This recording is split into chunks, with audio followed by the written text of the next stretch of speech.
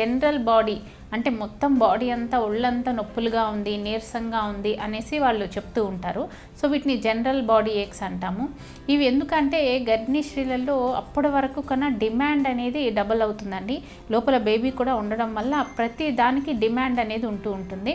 ఎందుకంటే వాళ్ళలో చాలా మటుకు రక్త ప్రసరణ కూడా మదర్ నుంచి బేబీకి వెళ్ళిపోవడం వల్ల కూడా మదర్కి కొంచెం బ్లడ్ అది తగ్గడం వల్ల, వాల్యూమ్ పెరగడం వల్ల, వీటన్నిటి వల్ల కూడా జనరల్గా బాడీ పెయిన్స్ అనేవి వస్తూ ఉంటాయి. అదేవిధంగా జనరల్గానే కాకుండా స్పెసిఫిక్ పెయిన్స్ కూడా ఉంటాయండి. అంటే ప్రత్యేకంగా అక్కడే ఉండే పెయిన్స్. ఇవేంటంటే ఫస్ట్ది మనం చూస్తే తలనొప్పి. చాలామందికి ప్రెగ్నెన్సీ అవగానే తలనొప్పి వస్తూ ఉంటుంది. ఇదేంటంటే టెన్షన్ హెడేక్ అనమాట. అంటే ప్రెగ్నెన్సీలో ఎలా ఉండాలి, ఏంటి, శరీరంలో వచ్చే మార్పులకి దానికి కూడా ఈ మైండ్ కొంచెం టెన్షన్, స్ట్రెస్ ఫీల్ అవడం వల్ల ఈ టెన్షన్ హెడేక్ అనేది వస్తూ ఉంటుందన్నమాట. తర్వాత ఈ తలనొప్పే కాకుండా వాళ్ళలో ఈ యొక్క కడుపులో నొప్పి అనేది మనం చూస్తూ ఉంటాము. దాది ఎక్కువగా బొడ్డు పైన ఎక్కువ మందికి నొప్పి వస్తూ ఉంటుంది. దీన్ని హార్ట్ బర్న్ అంటాం అన్నమాట. అంటే గర్భిణీ స్త్రీలలో నార్మల్గా హార్మోన్స్ అనేవి చేంజ్ అవ్వడం వల్ల ప్రొజెస్ట్రాన్ అనే హార్మోన్ వల్ల లోపల ఉన్న స్పింక్టర్ అంటే అన్నవాహికకి ఉన్న స్పింక్టర్ రిలాక్స్ అయ్యి ఓపెన్ అవడం వల్ల తిన్నదంతా కూడా గొంతులోకి రావడము, దానివల్ల పెయిన్ రావడము, బర్నింగ్ సెన్సేషను, ఇవన్నీ కూడా మనం సాధారణంగా అందరి గర్భిణీ స్త్రీలలో చూస్తూ ఉంటాం అనమాట. అలా కాకుండా బొడ్డు కింద కూడా కొంతమందికి నొప్పి వస్తూ ఉంటుందండి. దీన్ని పెల్విక్ పెయిన్ అంటాం అనమాట. ఎందుకంటే బేబీ పెరిగేటప్పుడు లోపల గర్భసంచి పెరగడం వల్ల వాళ్ళలో కొంచెం ప్రెషర్ ఆ వెజల్స్ మీద వాటి మీద ప్రెషర్ పడడం వల్ల కూడా ఈ డిస్కంఫర్ట్ కొంచెం ఇబ్బంది పడుతూ ఉంటారనమాట. లోయరి పొత్తి కడుపులో కూడా పెయిన్ వస్తూ ఉంటుందన్నమాట. ఇవన్నీ సాధారణంగా అందరికీ ప్రాబ్లం ఏం లేకుండా అందరికీ వచ్చే సమస్యలు అనమాట. కొంతమందికి చేతి మణికట్టు దగ్గర కూడా నొప్పి వస్తూ ఉంటుంది. అంటే చెయ్యి మనం మూమెంట్ చేసినప్పుడు కానీ, లేకపోతే ఈ చేతుల్లో ఈ ఫింగర్స్ దగ్గర దాని దగ్గర కొంచెం నరాలు తిమ్మిరెక్కినట్టు అనిపించడము, ఇవన్నీ నొప్పితో కూడిన తిమ్మిరి, ఇవన్నీ చూస్తూ ఉంటాం కొంతమందిలో. దీన్ని కార్పల్ టన్నల్ సిండ్రోమ్ అంటామండి. అంటే ఏంటంటే వీళ్ళు ప్రెగ్నెన్సీలో ఈ వాటర్ అనేది బాడీలో పెరిగిపోవడం వల్ల ఈ మణికట్టులో ఉన్న నర్వ్స్ నరాలు ప్రెస్ అవ్వడం వల్ల వాళ్ళకి కార్పల్ టన్నల్ సిండ్రోమ్ అనేది వస్తూ ఉంటుందన్నమాట. సో ఇది ఒక రకమైన పెయిన్. తర్వాత ఈ నొప్పులే కాకుండా కొంతమందికి ఈ యొక్క కాళ్ళల్లో విపరీతమైన నొప్పులు వస్తూ ఉంటాయండి. నైట్ టైము కాళ్ళ పిక్కలు పట్టేసి చాలా నొప్పి వచ్చి వదులుతూ ఉంటుంది. ఒక 5 నిమిషాలు ఉండి తర్వాత కొంచెం రిలీఫ్ వస్తూ ఉంటుందన్నమాట. వీటిని లెగ్ క్రాంప్స్ అంటాం అనమాట. ఇవి కూడా సాధారణంగా అందరిలో ఈ నొప్పులు కనిపిస్తూ ఉంటాయి. ఈ లెగ్ క్రాంప్స్ వచ్చినప్పుడు విపరీతంగా వాళ్ళకి నైట్ టైం ఎక్కువగా వీటిని గమనిస్తూ ఉంటాం అనమాట. సో ఈ లెగ్ క్రాంప్సే కాకుండా కొంతమందికి వీన్స్, వ్యారికోస్ వీన్స్ అనేవి కొంచెం బ్లూ కలర్లో నరాలు ఉబ్బడం కూడా చూస్తూ ఉంటాము. వాటి వల్ల కూడా ఈ నొప్పులు అనేవి కాళ్ళల్లో మనకి చూస్తూ ఉంటాం అన్నమాట.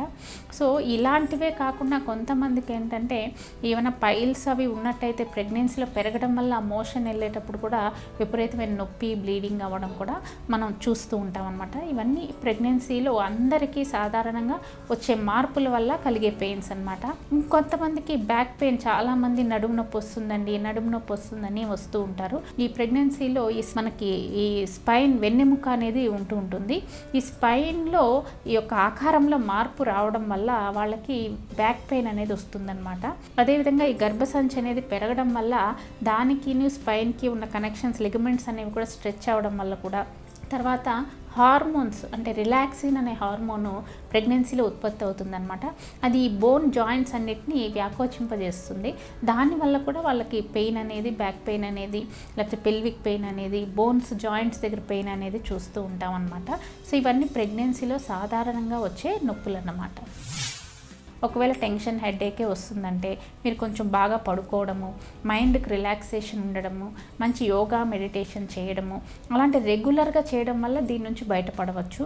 గ్యాస్ ప్రాబ్లం అనేసి మీరు అంటూ ఉంటారంటే ప్రెగ్నెన్సీలో తిన్నదంతా నోట్లోకి రావడము, తర్వాత ఎక్కువగా పెయిన్ రావడము, బర్నింగ్ సెన్సేషన్ ఉండడము, వామిటింగ్ సెన్సేషన్ ఉండడము, ఇవన్నీ కూడా తిన్నది అరగకపోవడం వల్ల వస్తూ ఉంటుంది. దీనికి మీరు డైట్ అనేది చాలా ఇంపార్టెంట్ అండి. అంటే కారము, పులుపు మసాలాలు లేని ఫుడ్ ఎక్కువగా తీసుకోవాలి. తర్వాత ఒకేసారి ఎక్కువ తీసుకోకుండా కొంచెం కొంచెం మితంగా 2 గంటలు గ్యాప్ ఇచ్చి కొంచెం కొంచెం తినడం చేయాల్సి వస్తుందన్నమాట. తర్వాత తిన్న వెంటనే పడుకోకుండా ఉండాలి, ఎందుకంటే స్పింక్టర్ రిలాక్స్ అయ్యి మళ్ళీ తిన్నది గొంతులోకి వస్తుంది కాబట్టి తిన్న వెంటనే కొంతసేపు అలా ఇలా ఆరుబయట వాకింగ్ చేయడం వల్ల కూడా ఈ ప్రాబ్లం నుంచి మీరు బయటపడవచ్చు అనమాట. కార్పల్ టన్నల్ సిండ్రోమ్ వల్ల ఏమైనా పెయిన్ వస్తుంది అనుకోండి, అలాంటప్పుడు కూడా మీరు పెయిన్ వస్తుంది, బాగా చేయి వాచింది, వాటర్ అంతా పట్టేసిందంటే అది డెలివరీ అయిన తర్వాత ఎలాగో మీకు ఆ పెయిన్ పోతుందండి. కానీ ఈ లోపల దాన్ని చేయాలంటే పడుకునేటప్పుడు కూడా చెయ్యిని న్యూట్రల్ పొజిషన్లో పెట్టాలన్నమాట. తర్వాత బ్యాక్ పెయిన్ ఎక్కువగా ఉన్నట్టయితే ఏమైనా మంచి లంబార్ సపోర్ట్ బెల్ట్స్ అమ్ముతారు మనకి, లేకపోతే లంబార్ పిల్లోస్ అని ఉంటాయి, వాటిని పెట్టుకొని కొంచెం రిలీఫ్ అనేది మీరు పొందవచ్చు అనమాట. అలా కాకుండా కొంచెం మెయిన్ వాకింగ్, ఎక్సర్సైజ్, స్విమ్మింగ్ ఇలాంటివి, యోగా, ప్రీనేటల్ ఎక్సర్సైజ్ అని క్లాసెస్ ఉంటాయండి. మీరు ఒకసారి అటెండ్ అయితే ఏ రకమైన ఎక్సర్సైజెస్ మీరు చేయొచ్చు అనేది మీకు చెప్తాము. తర్వాత ఎక్కువగా ఏమైనా ఈ వ్యారికోస్ వీన్స్ అనే వాటి వల్ల కూడా ఏమైనా పెయిన్ వస్తూ ఉంటే కంప్రెషన్ స్టాకింగ్స్ వాడటము, కాలు బాగా లావ్ అయిపోయి మీకు వాటర్ రిటెన్షన్ వాటర్ అంతా పట్టేసి పెయిన్ వస్తుందనుకోండి, అప్పుడు కూడా మీరు స్టాకింగ్స్ వాడటము, కాళ్ళు ఎత్తులో పెట్టి పడుకోవడము, పగల టైంలో కూడా ఒక చైర్ వేసుకొని కాళ్ళు ఎత్తులో ఉంచుకోవడము, నైట్ టైం పిల్లోస్ పెట్టుకోవడము, తర్వాత ఎక్కువసేపు కూర్చొని ఎక్కువసేపు నిల్చొని అలా ఒకే పొజిషన్లో ఉండకుండా కొంచెం వేరియేషన్ మారుస్తూ ఉండడం వల్ల ఈ రకమైన లెగ్ ప్రాబ్లమ్స్ నుంచి, పెయిన్ నుంచి కూడా మీరు బయటపడవచ్చు అన్నమాట.